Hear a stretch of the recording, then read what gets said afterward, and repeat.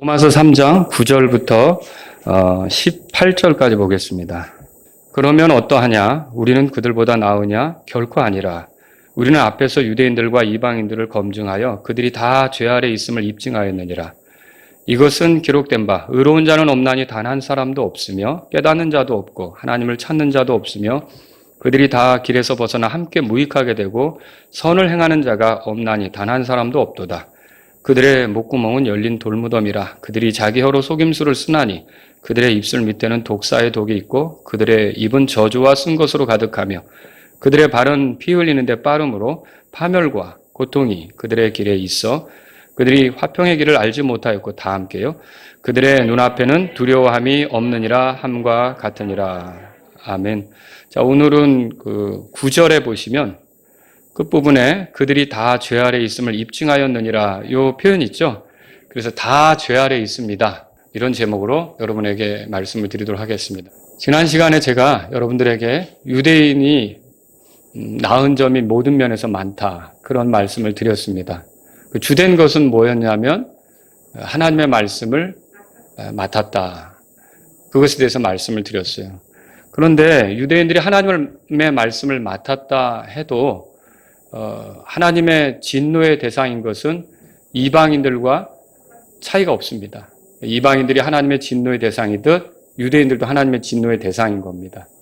그리고 구원받는 방법에 있어서 복음을 통해 예수 그리스도를 믿어 구원받는 것은 이방인들이나 똑같다는 거예요. 이방인들과 차이가 없이 이방인들도 예수님을 믿어서 복음을 받아들이고 구원받는다면 유대인들도 예수님을 믿어서 복음을 받아들여서 구원받는다는 거죠. 바울이 로마서 1장 18절부터 3장 8절까지 하려고 하는 일이 뭐였습니까? 다른 게 아니라 지금 이제 9절에도 나오는데 유대인들과 이방인들이 다 구원받을 필요가 있는 사람들이라는 거, 이걸 말하려고 하는 겁니다. 자, 구원받을 필요가 있다?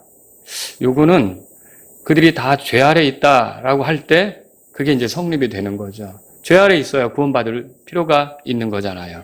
그래서 이 9절에 보시면 우리는 앞에서 그랬어요. 그러니까 1장 18절부터 3장 8절까지 유대인들과 이방인들을 검증하여 그들이 다 죄 아래 있음을 입증하였느니라 이렇게 말하고 있는 거죠. 자, 여기 우리라는 말은요, 바울을 포함한 유대인들을 가리키는 거고 그들이라는 말은 이방인들을 가리키는 건데 유대인이든 이방인이든 다 죄 아래 있다. 이 말은 모든 사람이 다 죄 아래 있다는 말이에요. 이걸 좀 바꿔 말하면 모든 사람이 구원받을 필요가 있다는 말이죠. 또 한 번 더 나아가서 말씀드린다면 모든 사람에게 예수님이 필요하단 말이에요. 모든 사람은 이 예수 그리스도를 통해서 구원받아야 된다는 것을 지금 바울이 말하려고 하는 거죠. 자, 그러면 여기 죄 아래 있다는 말은 무슨 뜻일까요? 죄 아래 있다. 이건 다른 말로 율법 아래 있다 이렇게 말할 수 있어요. 자, 로마서 6장에 가보세요. 로마서 6장. 세상에는 두 종류의 사람이 있습니다. 하나는 율법 아래 있느냐, 은혜 아래 있느냐, 죄 아래 있느냐, 아니면 은혜 아래 있느냐, 이렇게 이제 말할 수가 있겠죠. 두 종류가 있는데 14절 우리 다 같이 읽겠습니다. 14절 읽겠습니다. 너희가 율법 아래 있지 아니하고 은혜 아래 있으므로 죄가 너희를 지배하지 못하리라. 아멘. 두 종류의 사람은 하나는 율법 아래 있는 사람, 다른 하나는 은혜 아래 있는 사람입니다. 율법 아래 있는 사람은 죄의 지배를 받는 사람이에요. 그리고 은혜 아래 있는 사람은 죄로부터 자유로워진 사람이죠. 자, 여러분은 지금 어느 쪽에 있습니까? 지금 은혜 아래 있습니까? 과거에는 어떻게 보면 우리가 율법 아래 있다. 유대인들은 율법 아래 있다라고 명확히 말할 수 있겠죠. 근데 우리는 이제 바꿔 말해서 죄 아래 있다. 이렇게 표현할 수밖에 없는 그런 사람들이었다는 거죠. 지금은 그러나 은혜 아래 있습니다. 바울이 유대인과 이방인들을 검증하여 다 죄 아래 있다라고 말한 것은 구원받기 전에 구원받기 전에 사람들은 다 죄인이라는 소리입니다. 모두가 다 죄의 지배하에 있다. 그렇게 말하는 거죠. 자, 여러분도 구원받기 전에는 다 죄의 지배하에 있지 않았습니까? 죄의 힘, 죄의 오염, 이것 안에 여러분과 제가 살아갔었던 거죠. 죄인이 보이는 모든 행동들은 사실 이 죄 지배하에 있다는 것에 근거해서 나오는 행동들이에요. 많은 행동들이 죄 지배하에 있기 때문에 보여주는 행동들이다. 그렇게 말할 수 있는 거죠. 자, 모든 사람은 죄와 함께 태어나는 거예요. 어떻게 보면. 사실 아기들도 죄와 함께 태어나는 거예요. 아기들이 죄를 짓지 않아도 죄와 함께 태어나는 거예요. 근데 그 죄와 함께 태어났다는 것이 살아보면 입증이 돼요. 이 아이들이 죄를 짓기 시작하는 거죠. 거짓말도 하고 시기도 하고 안 보는 데서 동생을 때리기도 하고 죄가 드러나는 거예요. 그러면 그 아기가 죄 가운데서 태어났다는 것이 입증이 되는 거죠. 자, 죄 아래 있다 그 말은 어떻게 보면요. 아래라는 말이 권위 아래 있다 이런 것들을 좀 비춰주고 있습니다. 바울은 이런 것들을 말하고 있는데 사실은 타락한 아담부터 죄 아래 있게 됐고요. 아담 안에서 태어난 모든 사람들은 다 죄 아래 있게 된 것과 같다는 거죠. 자, 그래서 바울은 이 아담 안에서 태어난 모든 사람들이 죄 아래 있다. 예외가 없다. 누구든지 예외가 없다. 이 말은 모두가 다 구원받을 필요가 있고 모두가 다 예수님 앞으로 와야 된다. 그 말을 하려고 지금 이 말을 하는데 모든 사람이 죄 아래 있다는 것을 좀 더 구체적으로 설명하기 위해서 10절에서 18절까지 구약의 성경 기록들을 인용해 가면서 이 말을 하고 있는 겁니다. 근데 오늘 제 설교의 목적은 뭐냐? 그래서 이 진술들을 살펴보는 거예요. 근데 내용이 좀 많아가지고 제가 말씀을 준비하면서 12절까지만 오늘 보고 그 뒤에는 또 다음 주에 시간을 갖고 보기로 하는 거죠. 자, 이렇게 할 때 혹시 이 모습, 이런 상태에 이런 모습이 있다고 한다면 그분은 구원받을 필요가 있는 겁니다. 구원받아야 된다는 거죠. 그리고 혹시 지금 이 상태, 이 모습에 대해서 여러분이 들을 때 그게 과거의 내 모습이었지 라고 과거의 내 상태가 그랬지 그러나 지금은 아니야 라고 여러분들이 이렇게 마음속에 이렇게 확신 있게 말할 수 있게 된다면 여러분은 감사하셔야 돼요. 분명히 예수님을 만난 거고 구원받은 거고 이전과는 다르게 살아가게 되었기 때문에 하나님을 찬양하셔야 되는 거예요. 근데 혹시라도 내가 믿는다고 말은 하는데 지금 제가 이 10절부터 12절에 나오는 모습을 설명할 때 그 모습을 그대로 드러내고 있다고 한다면 여러분은 뭐가 문제가 있는 거죠. 왜냐하면 그 상태에서 벗어나게 했는데 그 상태에서 뒹굴고 있기 때문에 그러면 그런 경우는 어떻게 하겠습니까? 회개해야 되겠죠. 돌이켜야 되겠죠. 그렇게 살라고 우리가 건진받은 건 아니니까. 그래서 저와 여러분들이 오늘 이 말씀을 들으면서 이렇게 모든 사람의 상태 그리고 그 구원받기 전의 상태를 말하는 거예요. 그 사람들의 상태 그리고 그 상태로 인해 빚어지는 여러 가지 결과들 이런 거를 저하고 여러분이 함께 살펴보자는 거죠. 자, 그래서 첫 번째로는 죄 아래 있는 인간의 상태가 어떠한가 보겠습니다. 자, 10절을 한번 보겠습니다. 10절 읽겠습니다. 이것은 기록된 바 의로운 자는 없나니 단 한 사람도 없으며 자, 모든 사람 그러니까 구원받기 전에 모든 사람 하나님의 자녀가 되기 전에 모든 사람은 의로운 자가 아닙니다. 그 말을 바꿔 말하면 다 죄인이란 소리입니다. 자, 여기 죄인이란 말은 그러면 구원받을 필요가 있다는 말이겠죠. 구원받을 필요가 있다면 누가 필요하다는 말입니까? 예수님이 필요하다는 말이죠. 그래서 모든 사람에게는 다 예수님이 필요한 겁니다. 여러분이 구원받을 때만 필요한 것이 아니라 사실 우리가 구원받은 이후로도 예수님이 필요하다는 걸 알고 계시죠? 네, 우리는 예수님 없이는 살 수가 없어요. 주 없이 살 수 없네. 이 노래를 그냥 부르는 게 아니라는 거죠. 여러분, 우리에게는 예수님이 없다면 절망적인 상태, 비참한 상태에 이를 수밖에 없다는 겁니다. 근데 여기 지금 이 모든 사람은요, 구원받기 전에 의로운 자가 아니고요, 다 죄인이라는 소리입니다. 여기서 말하는 의로운 자는 그럼 뭘까요? 자, 여기서 말하는 의로운 자는 이렇게 정리할 수 있습니다. 생각하고 행동하는 것에 있어서 정직한 사람. 그러니까 하나님과 이웃 앞에, 사람들 앞에 흠이 없는 사람, 이런 거를 지금 의로운 자다 이렇게 말하고 있어요. 이 의로운 자는 그냥 통상적으로 말하는 착한 자가 아닙니다. 또 이 의로운 자는 도덕적으로 훌륭한 자를 얘기하는 게 아닙니다. 하나님 앞에서 그리고 사람 앞에서 책망받을 것이 없는 그런 사람을 의로운 자다 이렇게 말하는 거죠. 여기 성경이 말하는 의로운 자라는 의미가 그겁니다. 다시 말해 완벽하게 하나님을 사랑하고 완벽하게 이웃을 사랑하는 사람이 의로운 자다 이렇게 말할 수가 있어요. 자, 하나님을 사랑하고 이웃을 사랑하는 이 두 가지는 예수님께서 가르치신 바가 있어요. 율법의 명령 중에 가장 큰 명령으로 힘을 다해서 하나님을 사랑하는 것에 대해서 가르쳐 주셨고, 또 그와 같은 명령으로 이웃을 내 자신과 같이 사랑해야 된다는 것을 가르쳐 준 적이 있죠. 이 두 가지는요, 율법과 대언자들의 글에 다 나타나는 거예요. 그러니까 율법과 대언자들의 글은 이 두 명령을 어떻게 보면 표현하고 있다, 드러내고 있다 이렇게 말할 수 있는 거죠. 근데 이 두 가지가 본래 하나님께서 요구하시는 것입니다. 하나님께서 원하시는 거죠. 자, 그래서 결국 의로운 사람은 뭐냐? 하나님이 요구하시는 대로 완벽하게 살아내는 사람이 의로운 사람이에요. 자, 이 두 가지는 또 율법에서 보여지는 거 아닙니까? 그러면 의로운 자는 뭐냐면 율법의 모든 것들을 완벽하게 지키는 사람이다. 그렇게 말할 수도 있는 거죠. 그래서 힘을 다해 하나님을 사랑하고 그 주변에 있는 사람을 열정적으로 사랑해서 하나님께서도 그 사람을 책망할 것이 없고 주변에서 바라보는 사람도 그 사람에 대해서 책망할 것이 없는 그 사람을 놓고 의로운 사람이다 이렇게 말할 수 있는 것이죠.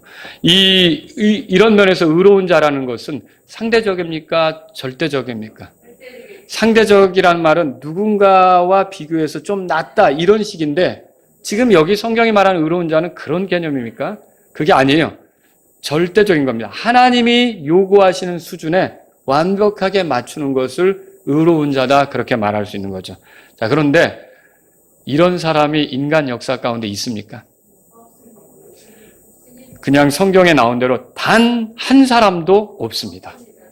아담 이후로 타락한 인간이 살아오면서 이렇게 완벽하게 하나님의 요구대로 산 사람, 또 사람을 완벽하게 사랑하며 산 사람은 단 한 사람도 없다라는 거죠. 그래서 10절 말씀이 나온 거예요. 우리는 우리 자신뿐만 아니라 사람들의 삶을 유심히 관찰해 보면 하나님과의 관계에서도 실패해 왔고 주변의 사람들과의 관계에서도 실패해 온 것을 볼 수가 있어요. 이게 다른 사람의 얘기가 아니라 저도 말씀을 준비하면서 저 자신을 보니까 많이 구원받기 전에 구원받은 이후로도 문제가 생기고요. 구원받기 전엔 말할 것도 없이 하나님과의 관계에서 실패했고요. 그러니까 힘을 다해 하나님을 사랑하지 못했다는 거예요. 그리고 사람과의 관계에서도 사람들에게 상처를 많이 주고 힘들게 한 일도 있고 그 사람이 나를 책망할 수밖에 없는 그런 일도 많았다는 것을 보게 되는 거죠. 그러면 저는 의로운 자를 할 수 있습니까? 천만에요. 저는 의로운 자가 아니죠. 여러분은 구원받기 전에 의로운 자였습니까? 의로워서 구원받은 겁니까? 그렇지 않아요. 자, 이 땅에 의로운 사람은 단 한 사람도 없다는 게 성경의 말씀이에요. 자, 그런데 이게 왜 이렇게 중요하고 바울이 왜 이렇게 이 말을, 그러니까 로마서 1장 18절부터 여기까지 이렇게 끌고 오면서 이 이방인도 죄인이고 유대인도 죄인이고 이걸 이렇게 말하냐면 이 지점, 내가 의로운 자가 아니다라고 하는 이 지점에 이르지 못하면 누구도 구원받을 수가 없기 때문에 그런 거예요.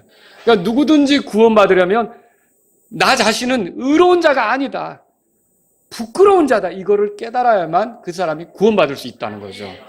여러분, 오늘날 어떤 사람은 자신이 남들보다 더 교회에 오래 다녔다는 이유로, 또 자신이 남들보다 더 봉사를 많이 했다는 이유로, 다른 사람보다 더 많이 기부했다는 이유로, 또 감옥에 들어갈 만한 일은 하지 않았다라는 이유로, 또 아이들을 좋아하고 고양이도 좋아하고 개도 좋아한다는 이유로 자신을 의롭다고 생각하는 사람들이 있는데, 이건 대단한 착각이란 말입니다. 의롭다는 건 그렇게 정의되는 게 아니라는 거죠. 하나님 앞에서 완벽하게 하나님의 요구대로 살아야 되고 사람들에게 책망받을 것이 없을 정도로 사람을 사랑해야 되는데 그런 사람이 있습니까? 없는 거죠. 지금 제가 소개한 그런 방식으로 자기 자신을 의롭다고 생각하면 끝까지 구원받지 못하고, 그 상태라면 끝까지 구원받지 못하고 끝날 수도 있는 겁니다. 정말로 구원받으려면 자기 자신이 하나님 앞에서 의로운 자가 아님을 먼저 깨닫는 것이 필요하다는 거죠. 그걸 인정해야 된다는 거예요. 자, 그러면 두 번째로 여러분에게 드리고 싶은 말씀이 이거예요. 죄 아래 있는 이런 인간 상태, 그러니까 의로운 자는 없나니 단 한 사람도 없다라는 게 하나의 인간 상태를 얘기하는 거예요. 모두가 죄인이란 말이죠. 그렇게 죄 아래 있고 의로운 자가 아니다라는 이 상태에서 결국 사람이 이르게 된 결과, 이거를 지금 11절, 12절이 소개되고 있어요. 거기에 말해주고 있는데 여기에는 한 5가지로 이렇게 정리되고 있어요. 자, 이렇게 의로운 자가 아니기 때문에 나타나는 일이 뭐냐? 첫 번째는요, 깨닫는 자가 없다고 그랬어요. 자, 우리 11절 다 같이 읽어볼까요? 깨닫는 자도 없고 하나님을 찾는 자도 없으며 그랬어요. 자, 깨닫는다는 것은요, 지혜로운 것을 말합니다. 그러면 깨닫는 자가 없다는 말은 모두가 지혜롭지 않다는 거죠. 반대로 지혜롭지 않다면 뭐라고 말할 수 있어요? 어리석다, 그렇게 말할 수 있어요. 그러니까 의로운 자가 아니기 때문에 결국은 어리석은 자들 뿐이라는 거예요. 여러분은 성경에서 어리석은 자는 그 마음속에 이르기를 하나님은 없다고 한다, 그거 읽어보신 적 있죠? 그래서 구원받기 전에 사람은 하나님께서 이렇게 빛을 비춰주셔서 그 서서히 자신의 실체를 깨닫기 전까지는요, 하나님을 인정하지 않잖아요. 자기 멋대로 살잖아요. 그래서 어리석은 자예요. 그래서 지혜가 없는 거죠. 그래서 깨닫지 못하는 위치에 있다는 거죠. 에베소서 4장 18절에 보면 바울이 구원받지 못한 죄인들을 가리켜 그들은 지각이 어두워졌다, 그렇게 표현했어요. 그 지각이 어두워졌다는 표현은 깨닫지 못하는 상태에 있다, 그런 말이에요. 자, 여러분 시편 111편 10절에는 주를 두려워하는 것이 지혜의 시작이라, 읽어보신 적 있죠? 주를 두려워한다는 말은 주님을 존중하고 인정하고 공경하고 그분의 뜻에 맞춰 살려고 하고, 이걸 주를 두려워하는 거라고 하거든요. 근데 이런 사람을 가리켜 이제 지혜로운 삶이 시작됐다 그러는데, 그러면 구원받지 못한 사람은 주를 존중하지 않잖아요.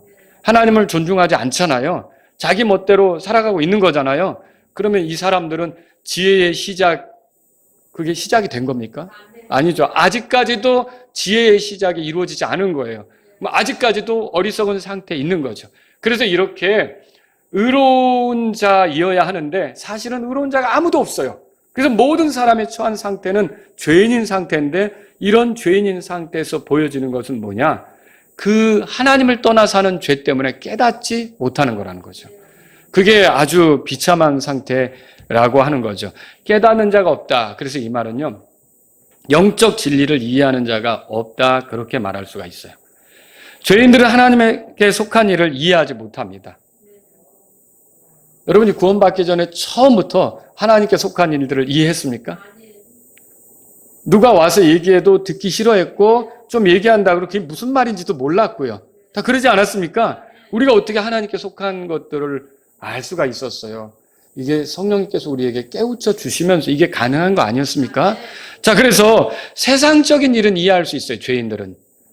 학문, 예술, 그 다음에 뭐 정치, 법, 수학 공식들, 물리적인 어떤 현상들, 그리고 뭐 투자하는 거, 막 이런데 머리 굴리면서 굉장히 이해력이 빨라 보일 수 있다는 거죠. 그런데 그럼에도 불구하고 하나님께 속한 것들은 이해를 못하는 거예요. 이게 깨닫지 못하는 자의 모습이다라고 하는 거죠.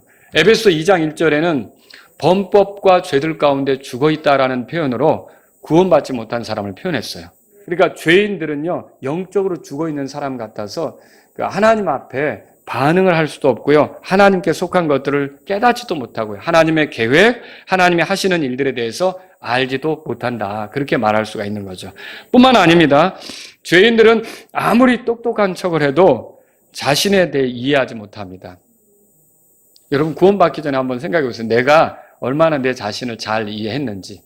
내가 비참한 상태에 있다는 거 어떻게 아셨어요? 그렇게 심각하게?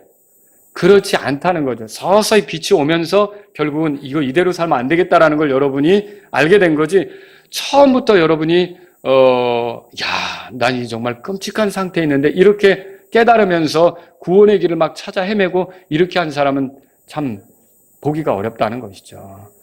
자, 하나님의 입장에서 자신을 볼 줄 모르는 거예요. 자신이 누구며 왜 존재하는 건지, 그리고 이 땅에 사는 동안 자신에게 가장 필요한 것이 뭔지 이런 걸 모르는 거예요. 이제 여러분에게 여쭙겠습니다. 여러분은 이제 여러분이 누군지 아십니까? 저는 하나님의 피조물이에요. 하나님이 저를 만드셨죠. 그분의 영광을 위해 지으신 존재란 말이에요.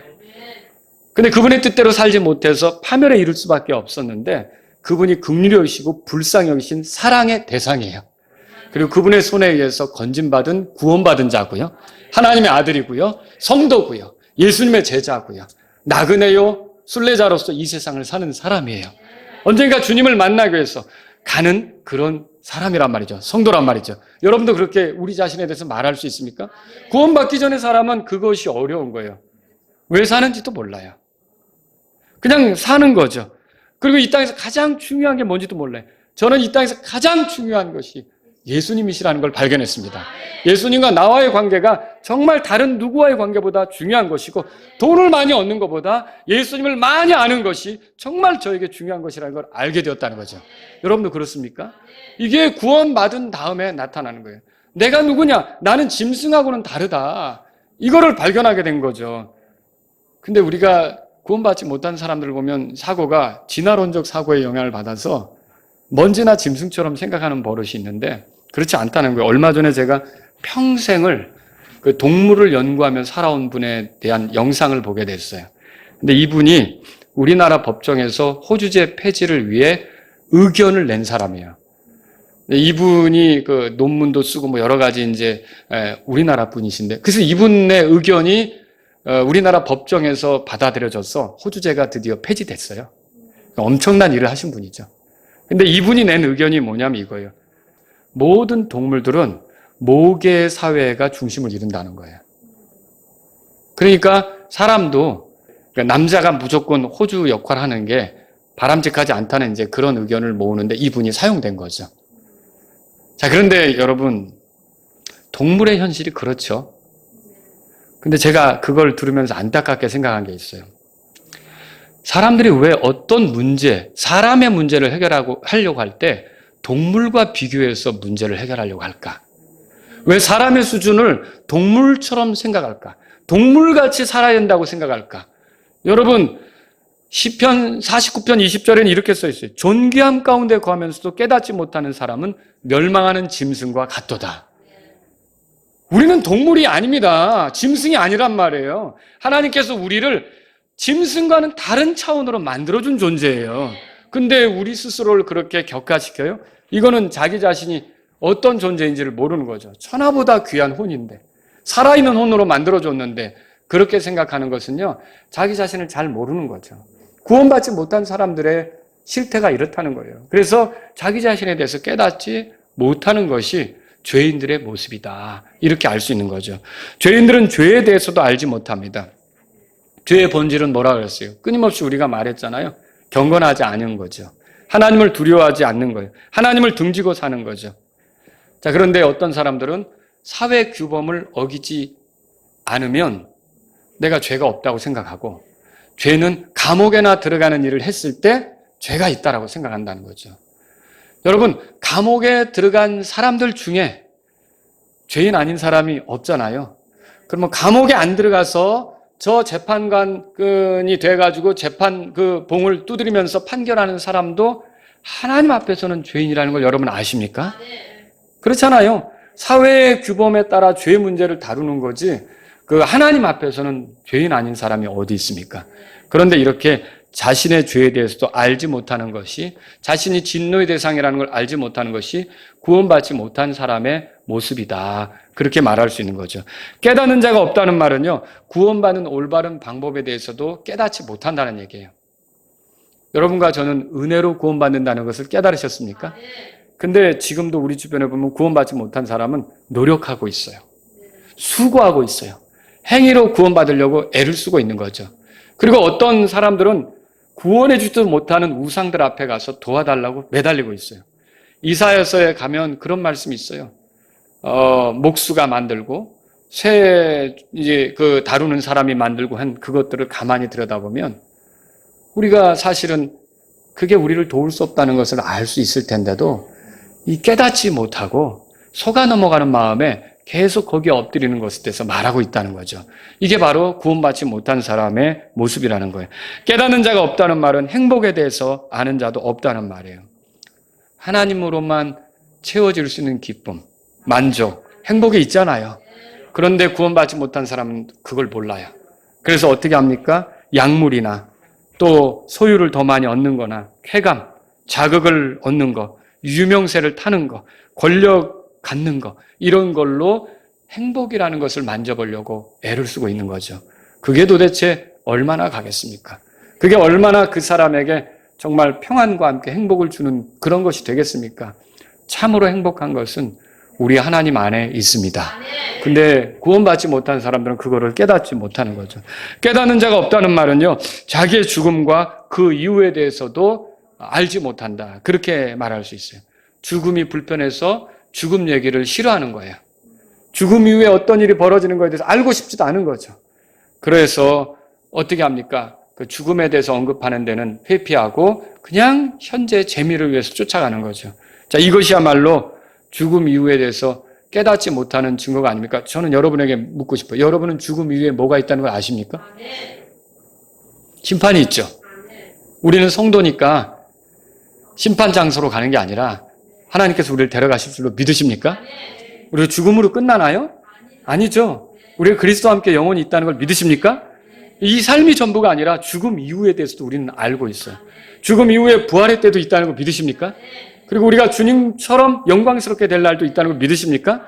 근데 우리는요, 이렇게 그 죽음 이후에 대해서 무지한 자가 아니라는 거죠. 근데 구원받지 못한 사람은요, 깨닫지 못하기 때문에 무지한 거예요. 이렇게 죄인인 상태로 결국 나타나는 결과가 깨닫지 못하는 것이다. 이걸 우리가 볼 수 있는 거죠. 또 두 번째로요, 11절에 보니까 하나님을 찾는 자도 없으며 그렇게 써 있어요. 하나님을 찾는다는 것은 하나님을 갈망한다는 거예요. 하나님을 알고 싶어 하는 거예요. 하나님을 가까이 하고 싶어 하는 것을 하나님을 찾는 것이다. 이렇게 말할 수 있어요. 하나님의 뜻을 알고 그분께 맞추어 살려고 하는 것을 하나님을 찾는다. 그렇게 말할 수 있는 거죠. 하나님을 찾지 않는다는 건 뭐예요? 반대로 하나님의 법에 관심이 없다. 하나님을 알고 싶어 하지 않는다. 이제 이런 거죠. 하나님의 약속, 하나님의 계획, 하나님이 하시는 일에 대해서 관심이 없다 이거예요. 구원받기 전 사람이 그렇잖아요. 여러분이 구원받기 전에 한번 생각해 보세요. 하나님이 하시는 일에 관심이 많았는가? 하나님의 법이 뭔지 막 이렇게 막 찾고 막 이렇게 그대로 살고자 이렇게 하는가? 여러분, 이거는 구원받은 다음에 제대로 나타날 수 있는 거죠. 제대로 나타날 수 있는 거예요. 근데 어떤 분은 저한테 이렇게 말할 수 있어요. 목사님, 교회 출석은 하지 않아도 나름 기도하면서 하나님 찾는 사람들이 있는데요. 정말 그렇습니까? 어떤 사람이 하나님께 기도한다, 구한다? 자, 그거는 도움을 받고 싶어서 구하는 거예요. 근데 하나님을 찾는다는 건 뭐예요? 하나님의 법을 알고 그분 안에 거하면서 그분과 가까워지고 그분과 깊어지는 거. 이거 하나님을 찾는 거잖아요. 근데 그렇게 말하는 사람을 예를 들어서 예수님을 소개하면서 예수님을 믿어야 된다고 해보세요. 예수님을 믿어야만 하나님하고 가까워지잖아요.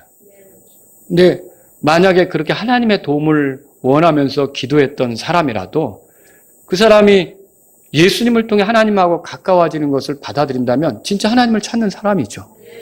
그런데 그거는 부담을 느끼는 거예요. 하나님께 기도는 하는데 도와달라고 매달리긴 하는데 예수님을 통해 하나님께 나오라는 초청에 대해서는 부담을 느끼는 거죠. 그럼 하나님 찾는 사람입니까? 아니라는 거예요. 우리 주변에 그런 사람들이 많다는 거예요.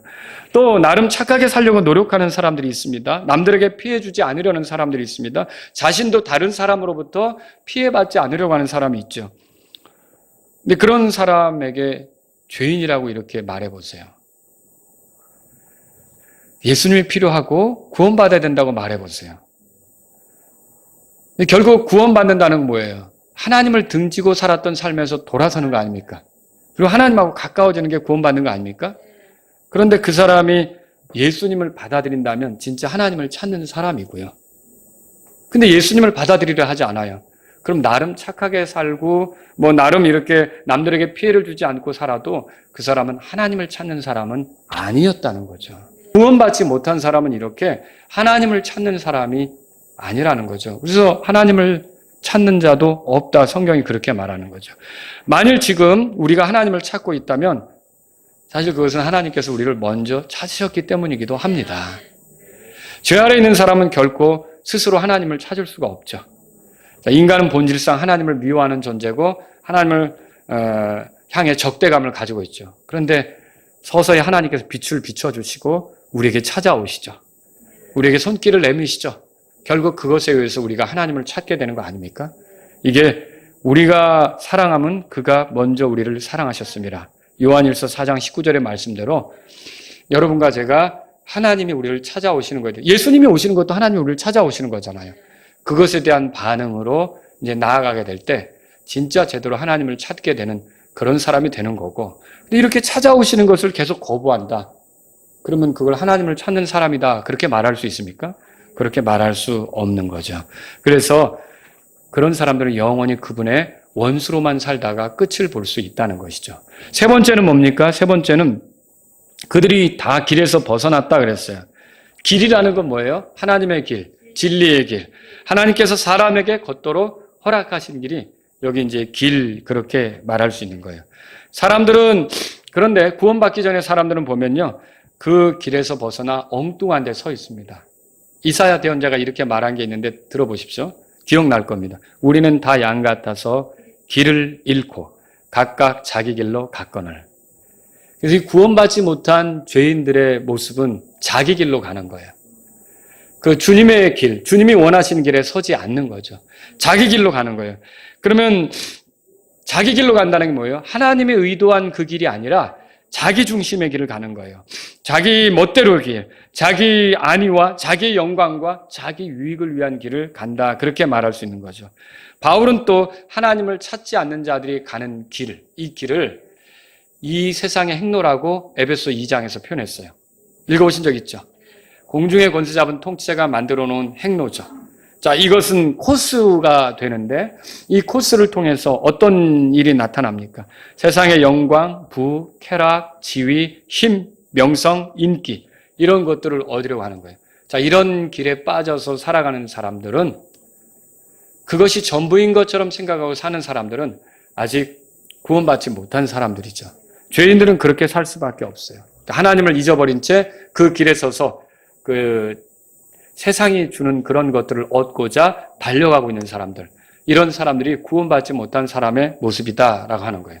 이런 특징이 나타나는 거죠. 네 번째는요.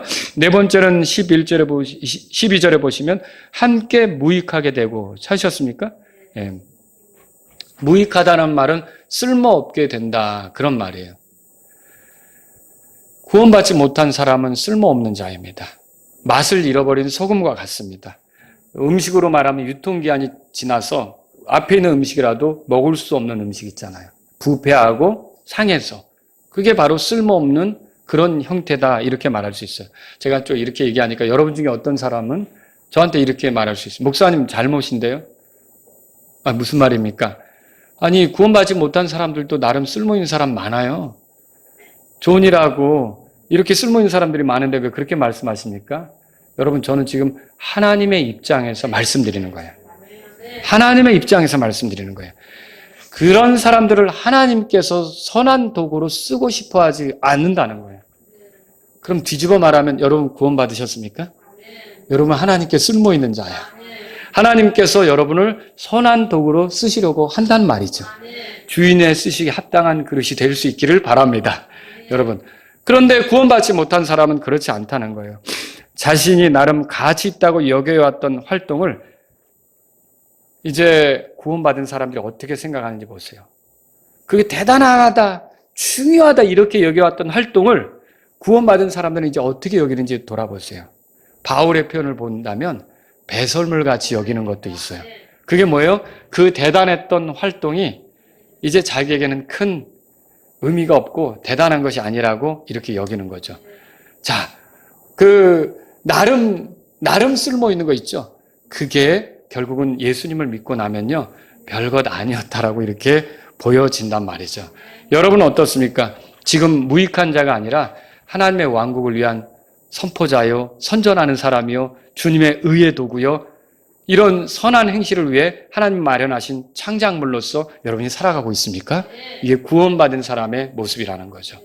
또 여러분, 마지막으로 5번째는 12절 끝에 보니까 선을 행하는 자가 없다. 단 한 사람도 없다. 그렇게 말했어요.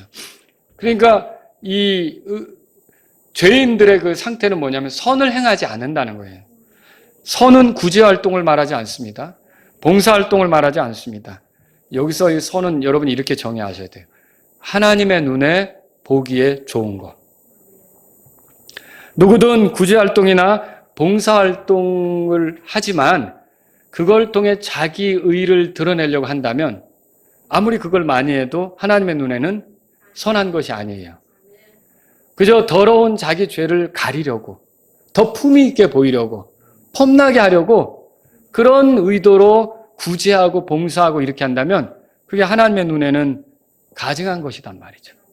그걸 선한 것이다 이렇게 말할 수 없는 거죠.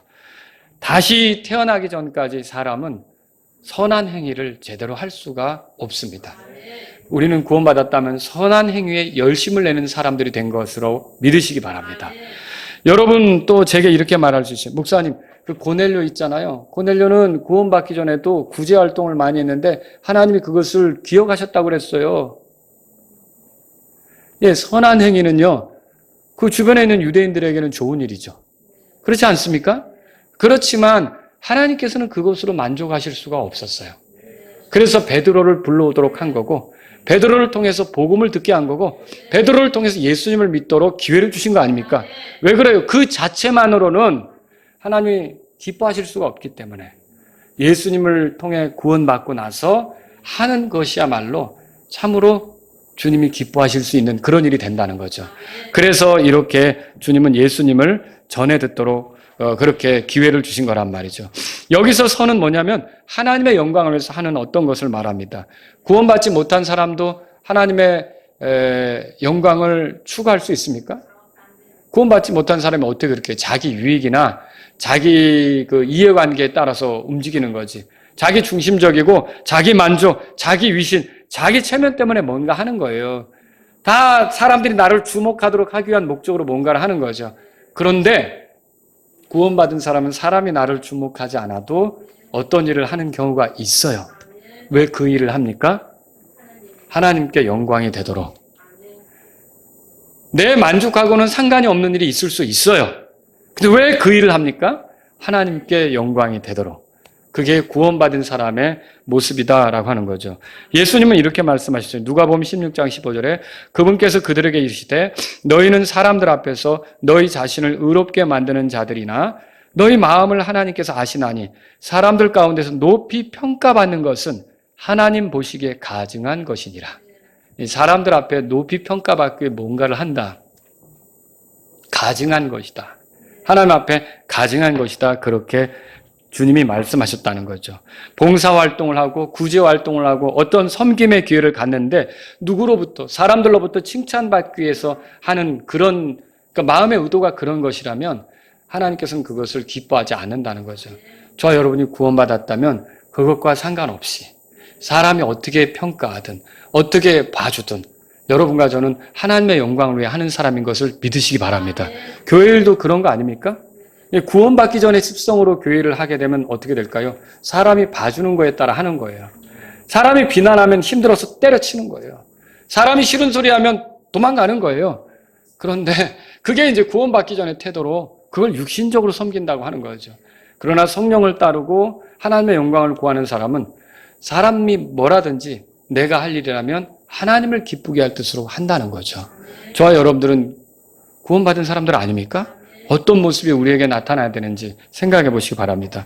말씀을 정리해 볼게요. 유대인이나 이방인이나 다 죄 아래 있습니다. 그들의 상태가 의로운 상태입니까? 죄 아래 있는 사람은 의로운 자가 아니라 그랬잖아요. 의로운 자는 없다. 단 한 사람도 없다 그랬어요. 그래서 그런 상태로 인한 결과가 뭐예요? 깨닫지도 못해요. 또 여기 보니까 하나님을 찾지도 않아요. 그 다음에 길에서 벗어나 있어요. 그 다음에 무익하게 돼요. 선을 행하지도 않아요. 이런 그 결과들이 나타난다는 거죠. 자, 그런데 이렇게 그 죄 아래 있으면 이런 모습으로 사는데 이런 죄 아래 있는 사람들에게 필요한 것은 무엇입니까? 그럼 구원받는 거죠.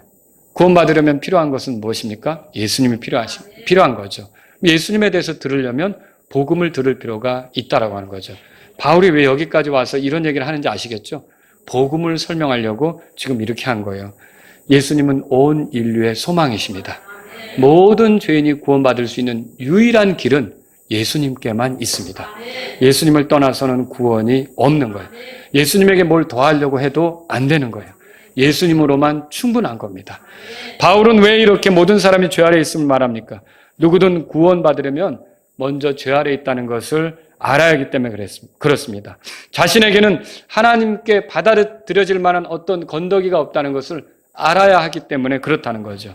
내게 있는 행위로는 하나님께서 나를 구원하실 수 없다는 것을 알아야 하기 때문에 이렇게 죄 아래 있다는 것을 말해주는 거죠.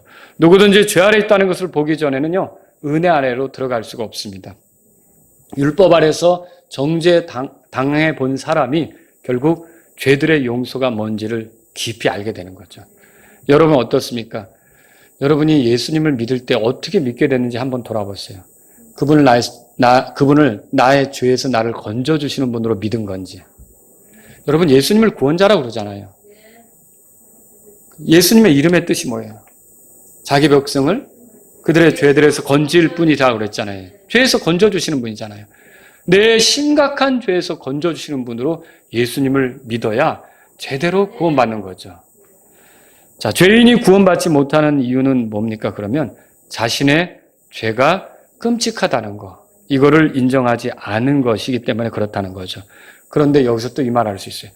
그러니까 자기 말로 나는 구원받았다고 말하는데도, 스스로 구원받았다고 말하는데도 삶의 변화가 없는 이유가 뭐냐는 거예요. 여러분 예수님이 이렇게 말씀하셨죠. 많이 용서받은 자가 많이 사랑한다. 이게 진리입니다. 내가 얼마나 큰 죄인이었는데 여기서 용서받았다. 이거를 깨달은 사람만 나를 용서해 주시고 십자가에서 피 흘리신 예수님, 자기 목숨을 내주신 예수님을 많이 사랑할 수밖에 없다는 거죠. 그런데 그런 게 아니에요. 정직하게 죄인 된 사실이 없이 믿는다고만 한 거예요. 여러분 예를 들면 이런 거죠. 단지 좋은 것에 대한 약속 때문에 믿기로 한 거예요. 무슨 약속이냐? 이런 겁니다. 예수님을 믿으면 성공할 수 있다. 예수님을 믿으면 출세할 수 있다. 예수님을 믿으면 안 아플 수 있다. 예수님을 믿으면 고침받을 수 있다. 예수님을 믿으면 지옥 같은 데 안 들어간다. 예수님을 믿으면 천국에 갈 수 있다. 뭐가 빠져 있느냐면 당신은 심각한 죄인인데 여기서 예수님을 통해서만 건져질 수 있다. 이게 빠져 있고요. 다른 것으로 주변 핥듯이 그렇게 핥은 것으로 예수님을 수박 겉핥기식으로 예수님을 믿는다고 한 거죠. 이런 경우는 스스로 믿는다고 고백해도 삶의 변화가 절대 있을 수가 없어요. 믿음의 사람으로 진보하고 진척되는 거, 나아지는 거, 성장하는 거, 발전하는 것이 있을 수 없다는 거죠. 그럼 혹시 여러분 가운데 목사님의 설교를 들어보니까 내게 삶의 변화가 없는데, 나도 믿는다고 했는데 내게 삶의 변화가 없는데 그럼 그 이유 때문인가? 이렇게 생각된 분이 있다면 정직하게 예수님이 십자가에서 희생되어 죽으실 수밖에 없도록 내가 하나님 앞에 큰 죄인이었다는 것을 제대로 보시기 바랍니다. 십자가 앞으로 다시 가라는 거죠. 그 피가 흘려지지 않으면 예수님의 피, 하나님의 피가 아니면 용서받을 길이 없는 아주 심각한 죄인이었다는 것을 똑바로 보시라는 거죠. 그리고 거기서 예수님을 구원자로서 다시 겸손히 받아들이시고 새롭게 시작하시라고 말씀드리고 싶어요. 저는 여러분이 구원받으셨는지, 죄 아래 있지 않고 은혜 아래 있는지 여쭙고 싶습니다. 여러분 은혜 아래 있습니까? 이전에 죄 아래 있던 삶에서 여러분을 건져주신 거 놀라운 은혜 아닙니까? 여러분, 그런데도 혹시 내 삶이 이전의 모습으로 이렇게 무지한 자, 깨닫지 못하는 자처럼 또 선을 행하지 않고 이 나의 어떠한 그 자기의 그 이익이나 이 영광이나 자존심이나 자기의 명예나 사람이 나를 우러러보는 거나 이런 걸 위해 뭔가 하고 있다면 여러분 우리가 그건 구원받은 사람의 모습이 아니잖아요. 그게 육신으로 하는 거예요. 구원받기 전의 모습을 하는 거예요. 그런 것들은 오늘 이 시간에 내가 그렇게 살려고 지금 구원받은 건 아닌데 라면서 여러분이 내려놓으실 수 있기를 바랍니다. 그러면서 주님께 돌이켜서 구원받은 거에 어울리게 살아갈 수 있게 되기를 바랍니다. 기도하겠습니다. 우리 다 같이 일어서시겠습니다. 오늘 이 말씀을 들으신 여러분 가운데 혹시 내가 의로운 자가 아니고 죄 아래 있습니다. 내가 믿는다고 했지만 심각한 죄인이 된 적이 없습니다. 그저 예수님 믿으면 좋은 게 생긴다니까, 지옥에 가지 않는다니까, 천국에 간다니까, 그리고 뭐 형통한다니까, 출세한다니까, 마음의 안식이 있다니까 예수님을 믿는다고 했는데 내가 이제는 예수님을 십자가의 죽음에 이르게 할 수밖에 없었던 그런 심각한 죄인이라는 것을 인정하면서 나를 죄에서 건져주시는 예수님으로 믿기를 원합니다. 이런 분이 있다면 겸손하게 예수님을 구원자로 모시고 도와달라고, 살려달라고, 건져달라고 요청하시기 바랍니다. 그리고 여러분 가운데 이미 구원받은 사람은 보세요. 의로운 자는 없나니 단 한 사람도 없는데 그 상태에서 내가 건져진 거예요. 심판받아 마땅한 상태에서 내가 건져진 거예요. 저주받아 마땅한 상태에서 내가 건져진 거예요. 하나님의 진노로 박살나야 하는 내가 건져진 거예요. 얼마나 놀라운 은혜입니까? 근데 이런 은혜를 입고 건져졌는데 내가 혹시 육신의 모습, 옛날에 구원받기 전의 모습으로 하나님을 향해 가고 있다면 오늘 돌이키길 원합니다. 이런 분이 있습니까? 주님 앞에 나아가십시오. 하나님, 내가 구원에 어울리게 살면서 나를 구원하신 하나님께 감사와 영광을 돌려드리길 원합니다. 이런 분이 있다면 이 시간 주님 앞에 나아가시면 좋겠습니다.